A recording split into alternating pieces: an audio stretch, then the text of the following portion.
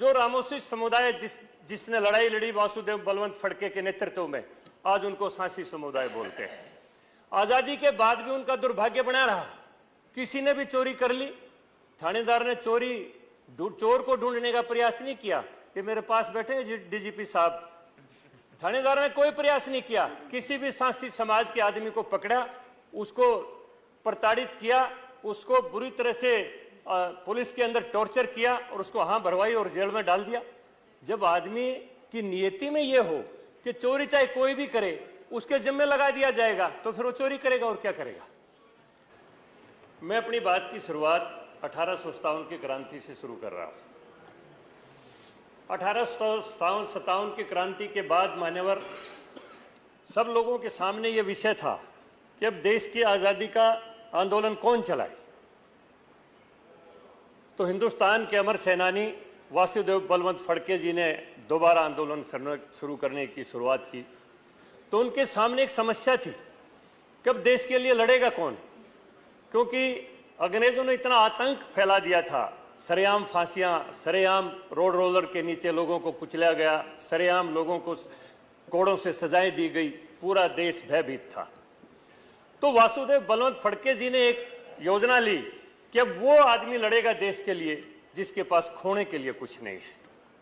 और उन्होंने महाराष्ट्र के रामोसी समुदाय को इस बात के लिए इकट्ठा किया, जो जंगली जीवन और कठिन जीवन जीने के अभ्यस्त लोग थे, जो आदिवासी थे, जो वनवासी थे, उनको इकट्ठा करके और अंग्रेजों के खिलाफ युद्ध की शुरुआत की। मान्यवर, जब वासुदेव बलवंत फड़के जी गिरफ्तार हो गए, उसके बाद अंग्रेजों ने क्रिमिनल ट्राइब्स एक्ट बनाया और इन पूरी की पूरी जनजातियों को क्रिमिनल घोषित करके इनको बुरी तरह से प्रताड़ित किया गया। लेकिन खेद का विषय यह है, 1947 में आजादी के बाद भी उनका प्रताड़न उसी तरह उनका दुर्भाग्य बना रहा इस देश के अंदर। उन तक आजादी की हवा ही नहीं गई कि आजादी के मायने क्या है, मौलिक अधिकारों के मायने क्या है। बाबा साहब भीमराव अंबेडकर ने मौलिक अधिकार संविधान में दे तो दिए, लेकिन उन लोगों तक तो हवा ही नहीं गई। दिल्ली की राष्ट्रीय राजधानी के नाम, ये कैनिंग लेन, ये हेस्टिंग्स रोड, ये कलायू रोड, ये विलिंगटन रोड, ये जॉर्ज पंचम रोड, ये सस्तम रोड, ये विक्टोरिया रोड, वही अंग्रेजियत इस देश के अंदर बनी रही। और अंग्रेजों को, जो अंग्रेजों ने इस देश के अंदर प्रभाव छोड़ा था, वही प्रभाव आम जनता के लिए, वही आतंक वही बना रहा। मैं बात शुरू करता हूं 1977 से, जब देश के अंदर परिवर्तन आया और कांग्रेस का इस देश से सफा हुआ इमरजेंसी के बाद, तब ये रोडों के नाम बदले गए। कहीं लोहिया हॉस्पिटल, कहीं LNJP हॉस्पिटल, कहीं अशोका रोड, कहीं राजेंद्र प्रसाद रोड, कहीं पटेल रोड। तब देश के सामने आया कि आजादी के मायने क्या होते हैं, मौलिक अधिकार क्या होते हैं। और उसके बाद कल्याण की बात शुरू हुई।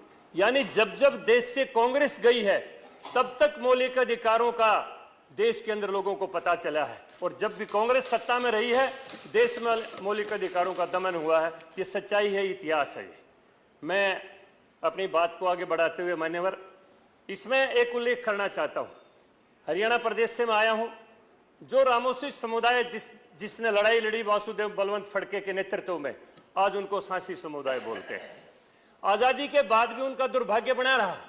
किसी ने भी चोरी कर ली, थानेदार ने चोर को ढूंढने का प्रयास नहीं किया।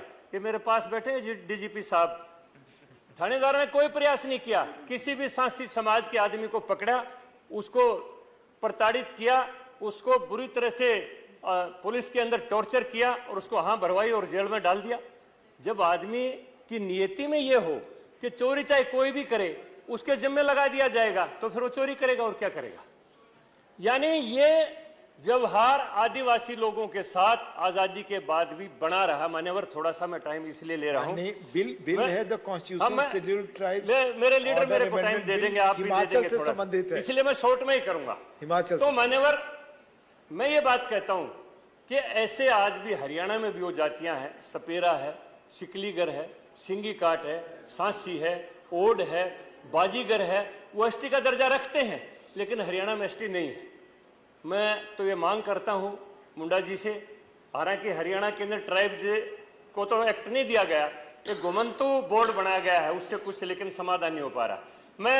मेरे मान्यवर साथी अभी समीर उरांव जी एक बात कह रहे थे, जो कल भी उस बारे में छत्तीसगढ़ में एक बात हुई थी कि थोड़ी सी मात्रा के कारण एक समाज रह जाता है।